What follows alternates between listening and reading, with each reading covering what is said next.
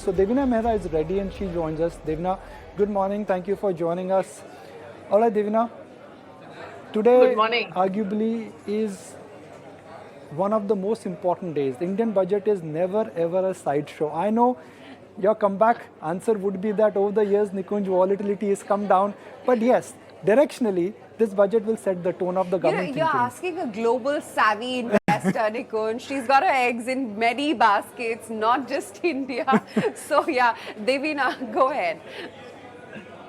Yeah, I mean, you guys have persuaded me to come on a budget day. Normally, I don't even comment on the budget because, till the budget is there and you have actually gone through the fine print, even on budget day, it's very hard to make a decision on what the budget really was about.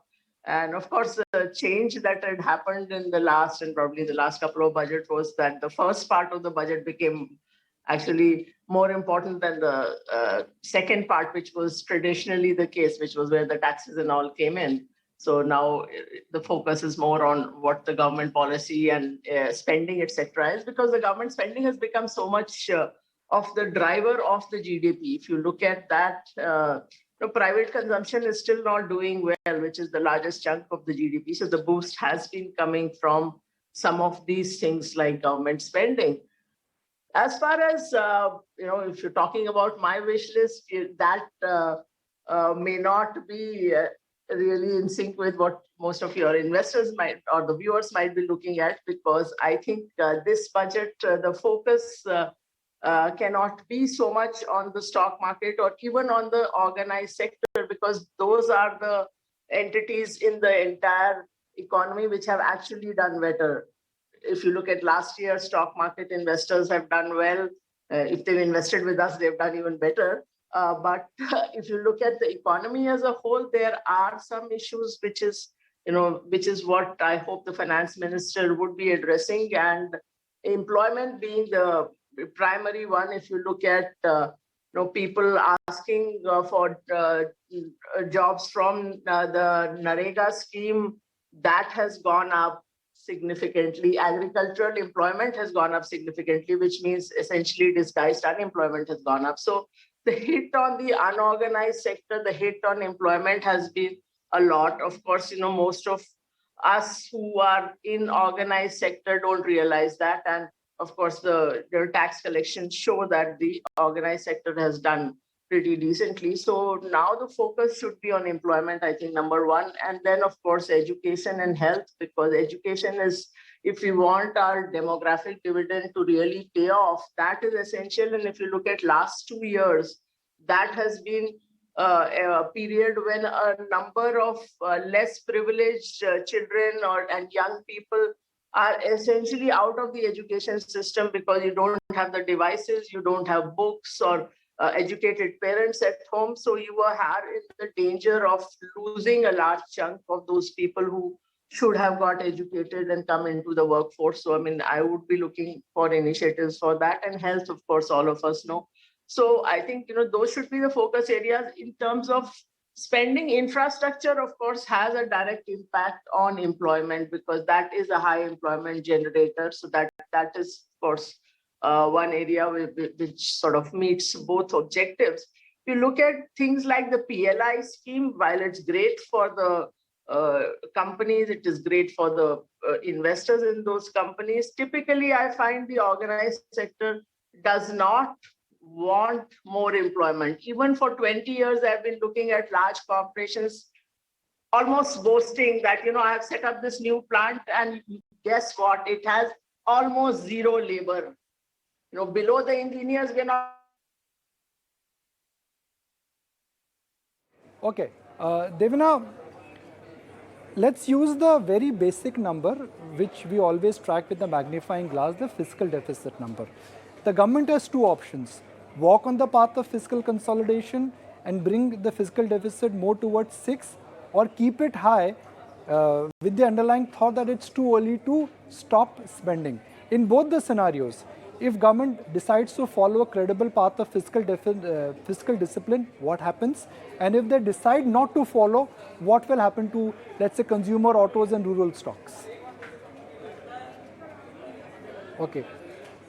Devina is not there. And let's go back to that heat map once again, and moments from now, Madhusudan Kela will also join us. We've spoken to him before, but I would love to replay his bite once again. Let's zoom out on this graphic just to capture that where the budget heat map is. This is, in a sense, Aisha, the most important heat map. You know, ITC will always find a mention in that budget heat map. We like it, we don't like it. Like we say, Bechara ITC. It is one of those stocks which always comes on the wrong side. Now, why is BPCL down? ITC talking about that, and sorry to detour, but on a lighter note, I don't think there have been any more memes on anything under the sun than ITC.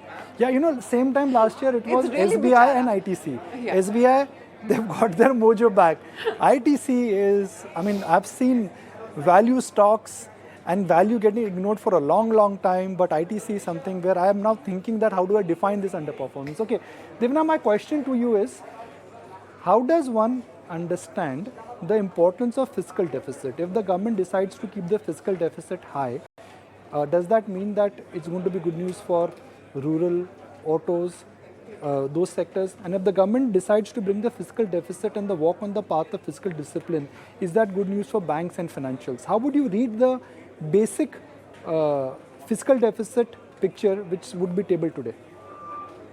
The fiscal deficit, essentially, you have to look at what are the components, and therefore, when you are saying fiscal deficit high or low, what actually is happening. So in which sectors are you doing the spending if let us say you are continuing with the relatively loose fiscal policy, which is my base case bet.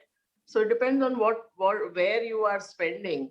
And as far as autos are concerned, you know, again, what I was talking about, the organized versus the unorganized sector, you see in autos, the high-end SUVs are selling, but two-wheeler sales are at a 10-year low. Can you imagine anything being at a 10-year low? And this is in spite of pretty okay monsoons, and therefore the agri sector not being in that much of distress. So which shows that in the rest of the economy, the lower middle class is really hurting. So I mean, it cannot be that fiscal deficit goes up, so that, you know, this will benefit. It depends on what you are spending on. You know, that is the core thing. But on a broader basis, what happens is that if you keep the fiscal deficit high and your monetary policy has also remained relatively loose, which is that, you know, you let the interest rates remain low, not hike them up. In that case, you know, in macroeconomics, you say that you can't control all the variables at once. So when you are trying to control, you know, you want to boost growth, you want to ignore inflation for now, you want to, on the interest rate front, you want to remain at low interest rates. The give part might be the currency. I mean, that is very likely that this year there may be pressure on the rupee. I mean, that given all this, that other emerging markets have raised rates, you have not raised rates, you don't intend to raise rates, probably you don't want a very tight fiscal policy either at this point in time. So that, you know, in the whole macro picture, where that sort of bulge might come will be on the currency side. Right. So that's what you have to look at. Right. You know, Devina, the one sore point or sore nerve, if I can say, in the market has been that the disinvestment and privatization process has just not been able to take off. Now, you can say it's the COVID years which sort of, you know, put the government on a bit of a backseat. But the fact of the matter is that the government has sort of wasted these 2 years of a roaring bull market for the disinvestment process. Barring the Air India privatization, we haven't heard anything much on an IDBI bank, on a BPCL, on a Concor, on a BEML. I mean, I can go on with the list of the disinvestment candidates. Do you think it's high time we finally hear something in this budget speech about disinvestment? And will it be disinvestment which will make the markets happy, or now after AI, they're like, you know, privatization is the route? See, the thing is that I'm sure the budget will be very positive on disinvestment privatization, because that has been the theme in earlier budgets also. The issue normally comes in the execution on whether the numbers that are budgeted for come through, and the experience on that has not been very positive. That, you know, of course, it's another matter that I am not necessarily for wholesale privatization. Some of these companies were run well at various points in time in even in their PSU avatar. But that's a debate for another time. But I mean, just in terms of what is said and what is executed, there has been a big gap. So, that is for the government to see how they want to tackle that. Because every time the disinvestment figure in the budget is a large number, it's very positive that this year, this is the year when we'll see a lot of money coming in from this source, but it hasn't happened. And you're right that COVID is a sideshow as far as this is concerned, because as far as the markets are concerned, it was a good time, regardless of the COVID, and which is also shown up in all the IPO frenzy that we saw and so on. We were several years ago. You map the global environment, quite closely. And if I could just, take away from what you previously mentioned, do you think a bigger trigger is really going to be what the Fed does? How soon do they hike rates? Do you think that at large is going to dictate the market mood than anything else? That is certainly going to dictate the US and allied market move. In India, of course, you will take some cues from it, but ultimately in India, what matters is also what RBI does and what the government does if you're looking on the policy side. So that is there. But globally, as interest rates go up, a few things happen. Many times we talk about this, that as interest rates go up, it is not so great for the markets. And I don't think, all the viewers actually understand why that happens. And partly it is because two ways to understand it. One, of course, is that the PE is, if you invert it, it is earnings by price. So it is how much you're earning on what you are paying. And that is benchmarked against what you are getting paid on debt or paying on debt. So essentially that interest rates plus a equity risk premium is what you hope to get. And the other part, the other way to look at it is that interest rates define what discount rate at which you are going to discount future cash flow. So which is why, this value versus growth, when I talk to the lay people, they don't really understand what is being said. And essentially what happens is as interest rates go up, your cash flows, which are many years out, become less valuable. If let us say the interest rate is zero, you don't care whether you get the money 2 years from now or you get it today.